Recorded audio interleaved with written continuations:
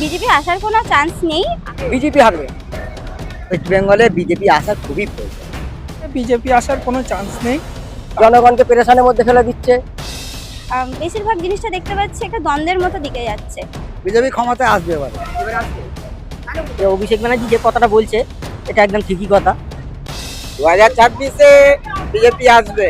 ঠিক আছে, ধর্মের রাজনীতি নিয়ে দেশ চলে না। এসআইআর নিয়ে রাজ্য রাজনীতি এখন তোলপাড়, অর্থাৎ সাধারণ মানুষ থেকে শুরু করে সবাই হিংসার শিকার হচ্ছেন, এমনটাই জানাচ্ছেন বহু মানুষ। অভিষেক বন্দ্যোপাধ্যায় বলছেন, কোর্টে হারিয়েছি ভোটে হারাবো। আগামী দিনে কোন দল এগিয়ে থাকবে, কি বলছেন সাধারণ মানুষ, চলুন দেখে নেওয়া যায়।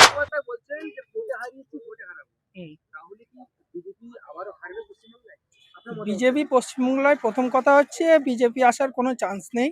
কারণ হচ্ছে বিভিন্ন দেশের বিভিন্ন জায়গায় যে পরিস্থিতি চলছে, শুধু মুসলিম বলে নয়, হিন্দু মুসলিম সব সম্প্রদায়ে আপনার বিভিন্ন জায়গায় চলছে। মন্দির ভাঙা হচ্ছে, মসজিদ ভাঙা হচ্ছে, তারপর ধর্ম নিয়ে যে রাজনীতি খেলা হচ্ছে, সেই রাজনীতি খেলা কিন্তু পশ্চিমবাংলায় চলবে না। আমার নাম নাকিব আহমেদ মল্লিক।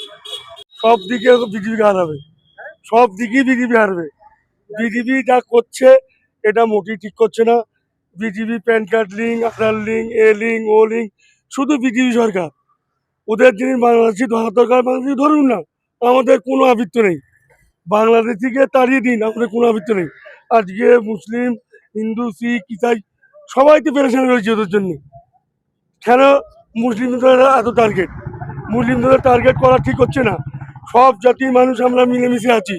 আজকে বিজেপি সরকার যেই ট্রেন এসছে সেই থেকেই সব মানুষকে পেরেশানে রেখেছে।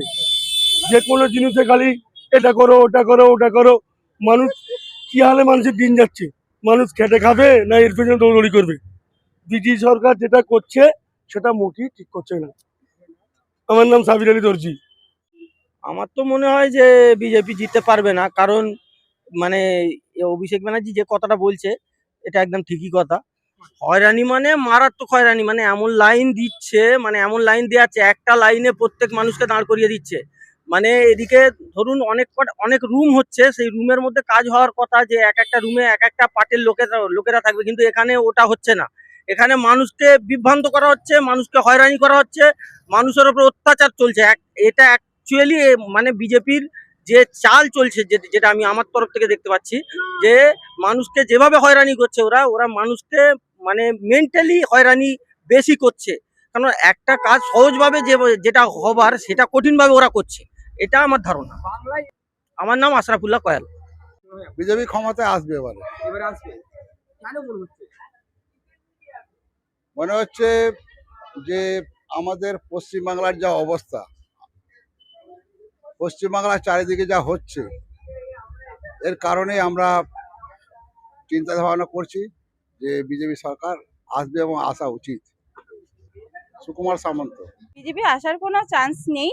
আর সেকেন্ড কথা যেটা হয়ে দাঁড়াচ্ছে, যেভাবে দিদি সবাইকে সব দিক থেকে মানে সাহায্য হাত বাড়িয়ে দিচ্ছে, সব জায়গা থেকে, স্বাস্থ্যসাথী বলুন, ছোট বাচ্চাদের বিবাহ যেভাবে বন্ধ করা, তারপরে রূপশ্রী কন্যাশ্রী, যেভাবে সবাই আরো বরং পড়ায় উদ্যোগ হচ্ছে, পড়াশোনা চালাচ্ছে। যে ঘরেতে 12 পাস ছিল না, সে ঘরে মানুষ চাইছে যে না, সরকারি সাহায্য পাচ্ছি, পড়াবো আরো। তো সেক্ষেত্রে আমার মনে হয় না এখানে কোনো চান্স আছে বলে। বিজেপি হারবে। মনে হচ্ছে জনগণের কাজ করছে, সেবা করছে, রাস্তাঘাট করছে, লাইট দিচ্ছে।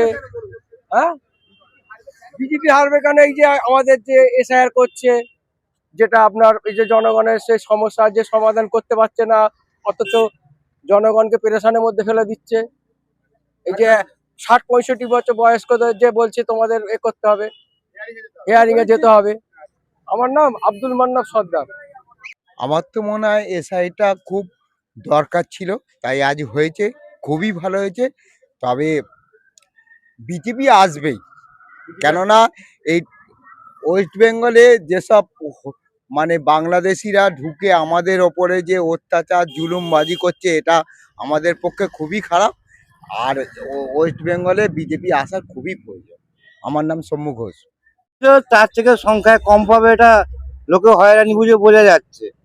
কারণ বিজেপি তো মানুষকে নিয়ে রাজনীতি করছে না, ওরা তো জাতি রাজনীতি করছে। ওরা করছে এ লোকটার কুত্তা মারলে পরে বলছে তৃণমূলের দোষ। দোষ তো ওদের না, মানুষ তো মানুষ মরতেই পারে, অ্যাক্সিডেন্ট হতেই পারে। আমার নাম শেখ মুস্তাক। 2026-এ বিজেপি আসবে, মোটামুটি ভালো সিট নিয়েই জিতবে। দিদির ভাষা ভালো না, আম পাবলিকের কাছে দিদির মুখের ভাষা খারাপ হয়ে গেছে। এসআইআর নিয়ে হ্যারাসমেন্ট মানুষও হচ্ছে, ঠিক কথা। এসআইআর সুষ্ঠুভাবেই হবে, তো এসআইআর এর সংশোধন, এটা হচ্ছে জনগণনা সংশোধন। যে মানুষের ভুল আছে সেটা যদি সংশোধন করতে পারে অনেক ভালো। নিজের নামের অক্ষর আগে পিছু এসবই তো ভুল আছে। এসআইআর লাইনে মারা যায়নি, মিথ্যে ধামাচাপা দিলে হবে না। একটা তার সময় হয়ে গেছে তার যাওয়ার, শুধু তাকে তো এসআইআর এ মৃত্যু বলে চালানো যায় না। আমার নাম অক্ষয় দাস।